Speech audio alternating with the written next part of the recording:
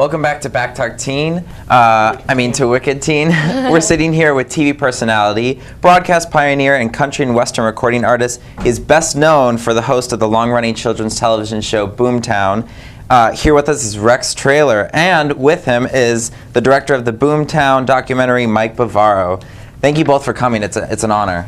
Thanks for having us. So Rex, I first have to ask you, what was it like growing up on your grandfather's ranch and seeing all the horses, that first experience of being with a horse? Well, it was there. I was working at his ranch every summer when I wasn't going to school. And I had some very high-level jobs on the ranch, cleaning out stalls. Oh, okay. And it was a wonderful thing because I got to meet a lot of people. My grandfather was my mentor, and he was a great guy. And all of the cowboys at the ranch I became friendly with, and they taught me all my cowboy skills. And it was good. Well, growing up in Texas and everything, I know that you moved to New York. So how was it moving from the Midwest to the big city and everything? How was that? Well, I moved with the rodeo. Did you? Wow. The cowboys taught me all their skills. And the one thing that I wasn't allowed to do, my grandfather said, stay away from the rough stock. Now, what are the rough stock? With the bulls, the broncs. And Did you stay away from it? Pardon? Did you stay away from bull riding, or did you ever try it? You bet, because I saw all those guys broken up and scars across their face and things like that, and that's not anything that I would want to be part of. Yeah. Did you ever expect to become a TV personality and such a big influence for children everywhere?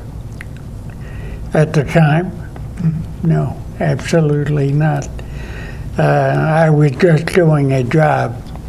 I was a trick rider and trick roper and bullwhip artist.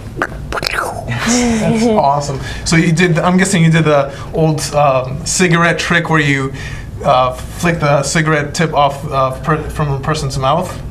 Yeah. Oh, that's awesome. Stopped them from smoking. Oh, yeah. Yeah. Smart. Oh, so now do you still get recognized on the street? Do people still, do people come up to you and say, oh, I watched your show when I was younger? Do you ever get that? All the time. Oh, yeah, I'm sure. All the time. The people who are a little older than you guys. I have to ask, what did it mean to you that you were such an influence to children?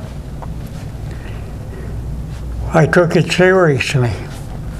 And everything we did on Boomtown throughout the years, I made sure was something that was going to be constructive and educational for them.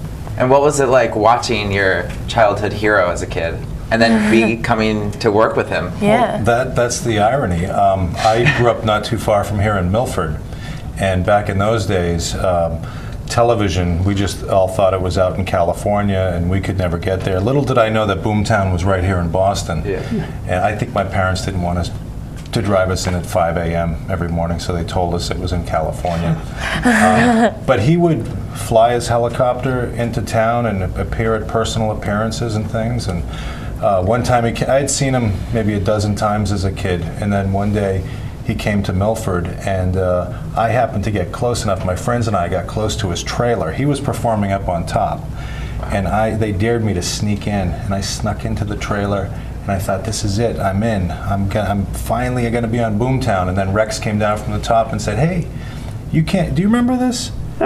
He said, "You can't be in here." And I said, "But Rex, it's Mike. I'm from the future. We're going to make a film together." Did you really say that? Well, that's revisionist history. Oh, okay. But I remember it like that. And I thought, well, someday I'll get to be the guy who makes the documentary about him and gets to hang And out he with did. him. And we have it right here. Yeah, that's the have the Boomtown documentary? Gold DVD. And that was a lot of fun to do because I really just wanted to see the old shows. I wanted to relive my childhood. And so we worked on it together and using digital equipment. And suddenly people all started sharing that passion too. I think as we get older, we all want to connect more with an innocent time. And for a lot of people, Rex is comfort food because he represents that time when we were kids and we didn't have the pressures that we have as adults.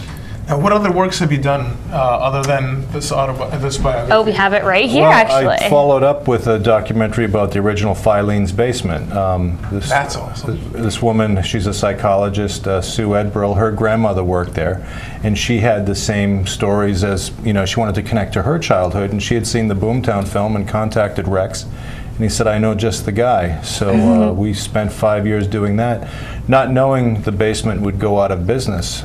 So we really created 2 time capsules of 2 Boston icons. So wait, Did any of you ever shop at? Yeah, wait. I did when I was Out of little. business? I went with my mom. It's out of business. You didn't know that? I saw the one in It's a big Main Street deal. closed down, but I just didn't know. Wow. Yeah. Well, There was one originally in the main store, which was in downtown Boston for 100 years, that was being closed for renovation. They were going to put up an office tower, Right. and because of the economy and just the competition, it filed for bankruptcy, and then it never reopened. Now, that location downtown may reopen once all the development's done, and someone could buy the name, the trademark, and put another Filene's Basement back in there. I read that you also got nominated for an Emmy for the Boomtown documentary. Yeah, both were nominated, and it's nice to be nominated. Yeah.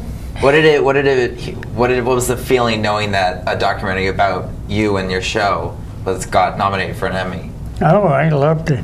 And this is, if anybody asks me how I got into the business or anything about my show, I hand them one of those. Has everything in there. Has the whole life story on that. It's a story from Boomtown, from Texas to Boomtown. So how did you guys meet and officially start this project? Well, I had met Rex as a kid, of course. Yeah. But we met in 2001, just before 9/11.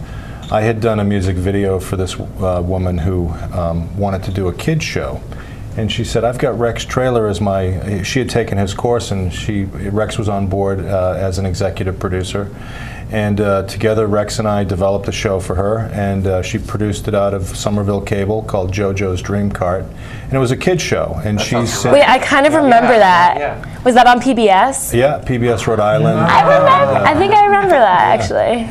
Yeah, so we kind of got her started, gave her the toolkit to go produce it on her own weekly so that she could do it within a budget in a studio. And it was to help kids make their dreams come true. Now, Mike, there's something very interesting about you. Yeah. You look really familiar, like almost like 2 different presidents. Is it true that you played Reagan and Clinton lookalikes? Well, I'm just going to say this once, and I want you to listen to me.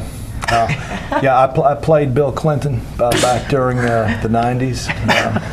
And then, you kids are probably too young to remember Ronald Reagan. Oh my God. But he was our president 30 years ago. That's impressive. Wow. That is amazing. That was really good. That's awesome. Thank you. Ladies and gentlemen, Ronald Reagan and Bill Clinton. Well, on that note, we have to cut to a break, but we'll come right back and we'll finish our interview. Thank you so much for being here and everything, and we'll be right back.